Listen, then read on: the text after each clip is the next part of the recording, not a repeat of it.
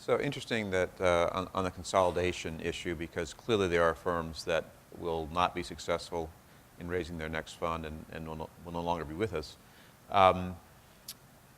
There was a survey recently by the NVCA of venture capital general partners asking if there would be more venture firms or fewer venture firms in the industry 5 years from now. So love to get your reaction to that. Dick? Yeah, there was a 9% drop in the first quarter this year from first quarter last year in the number of firms. And the total is down from the peak of over 33%. So, and that's going to continue, because if you scratch below the surface, you'll find the number of firms making, and that's, we're down to 900 firms theoretically that made one investment last year. But, 300 of those made one investment. So, I mean, there's no doubt that this pendulum, while it's imbalanced, is swinging in that direction, and it's not totally unhealthy. I think more telling are the number of people in the industry, and Mark Keeson made this comment at the recent National Venture Capital Association that is far more dramatic than the number of firms. I mean, we're down 30 to 40 to 50% of the number of practitioners in the business. So it is actually, for some young person who's not interested in making short-term money, it's a very good time to get in the business. Sandy? Yeah, I think there will be a clear shrinkage in the number of firms, the overall size of capital in the environment, and clearly the number of individual GPs or other professionals in the business.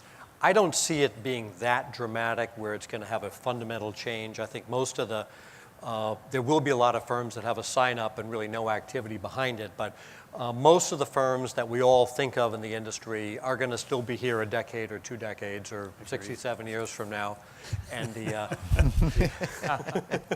and so I'm not worried about that. I think it's been a healthy thing. It's not fun when you go through it personally, of course, but it's been probably healthy for the industry to have some contraction. But there's still plenty of money. There's still plenty of firms that are out there competing in deals, and all of that's good.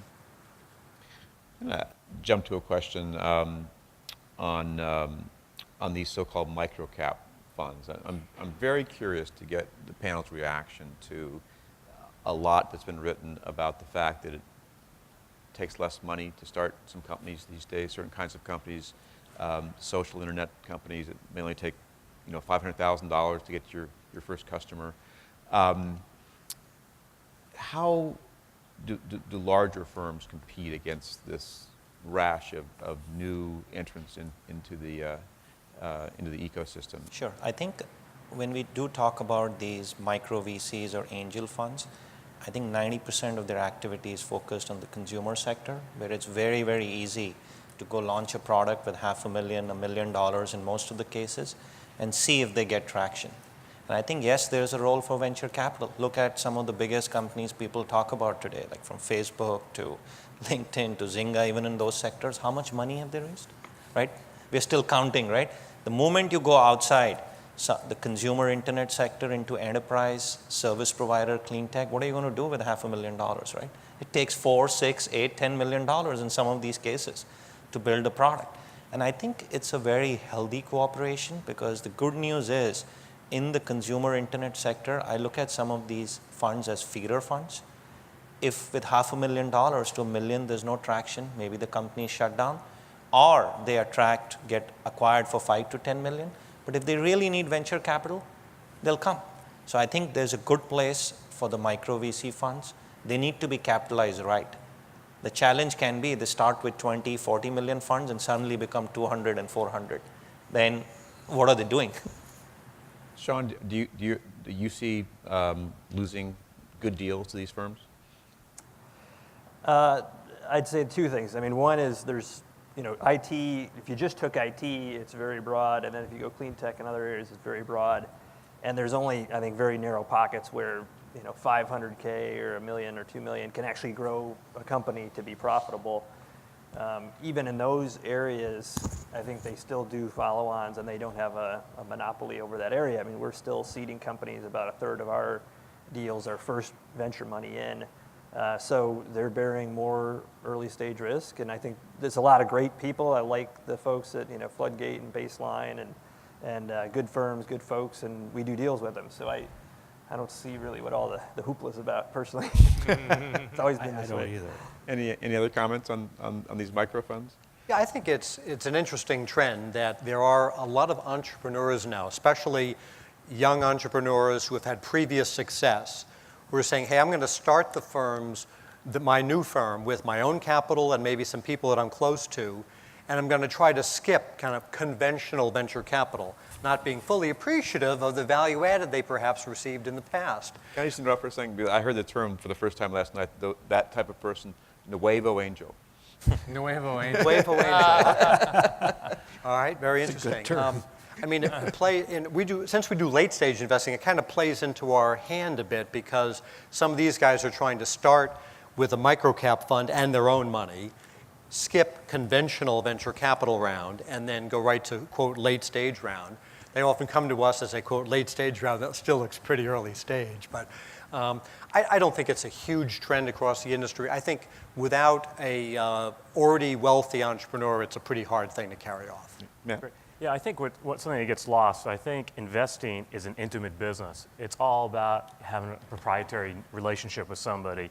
Generally speaking, people don't take money from strangers. And if you have a relationship or your network has a relationship with an entrepreneur, you're going to invest. If somebody has a relationship with somebody in a smaller firm or an angel, they're going to take money from that person. And that's probably one of the most important decisions you're going to make is who you're going to take money from. And you might be on a board with somebody for 10, 15 years. And so I think it's very important. So I think this is still an eyeball-to-eyeball business. It's not a retail business. And I don't think it'll ever be a retail business. I was lucky enough to be a private investor in Apple in 1977. And Was lucky. lucky. and it was, things haven't changed. I mean, that company actually never needed any money. It was positive cash flow from the moment the Apple II went into sale. And it's not about size, it's about agility and about focus. And I agree completely with Matt. It's all about proprietary relationships. So I think if you really want to get an efficient capital model, go to China. I mean, you can start a $50 million company on $1.5 million. And actually, now with the back end being the capital markets and going public, as Dixon said earlier, 39 so far this year, I mean, you can see end-to-end success. Sequoia now, I believe, has more people in China than they do in the United States. Very interesting. At half the labor rate, right? One-fifth of the labor. One-fifth. Not in venture, though. So the final question, and we have exceeded our time, but final question is, globally, Dick, you raised it. To maximize return to your investors, if you are a US-based venture capital fund, do you need to be looking and investing in China and India? Well, I'll be very brief. You're not in the venture business unless you are in India and China. And I'll tell you, it's scary because you have to learn a whole new ecosystem. The laws are in the process of changing. They're competing on the world capital markets, so they have to meet standards. And yet you have to know what you don't know. Would you agree, Matt? Yeah, I mean, we're in a global fund, and I guess we'll look back 5 years from now, and we'll be a better judge of our actions. One thing that we've done is, because talent is everywhere, we've set up a global fund. We have shared economic interest across all geographies, because today, when an entrepreneur wants capital, they're kind of looking at you as the on-ramp to globalization. For example, we invest in Israel, and most of those geographies, they want to get into other markets, and so we help with that area. And so we're very active internationally. I'm sure your industry has changed, right, at Cooley? Yes, it has. You have a good team in China, by the way. Sean, thank you. Yeah, we're probably an outlier here. So I'd say we focus on U.S. headquartered companies. We think there's still plenty of great companies in the U.S. A lot of the innovation still comes out of the U.S. I think every company anywhere in the world now can leverage resources from anywhere in the world. Telenav was a portfolio company, went public a couple weeks ago, has over half of their total headcount in China tons of engineering, and it's a very effective cost structure. They're coming with 40% operating margins because of that. And all of these companies sell worldwide. I think all the consumer companies put up a website, and over half of the revenue starts showing up from around the world. And so, so we're very comfortable with the U.S. Obviously, the legal structures and a lot of smart people, a very good, well-developed ecosystem, and then can take advantage of the global opportunity. Good. Well, we have exceeded our time. I'd like to thank the panel for these wise remarks from real veterans of the industry. Thank you so much. Thank you.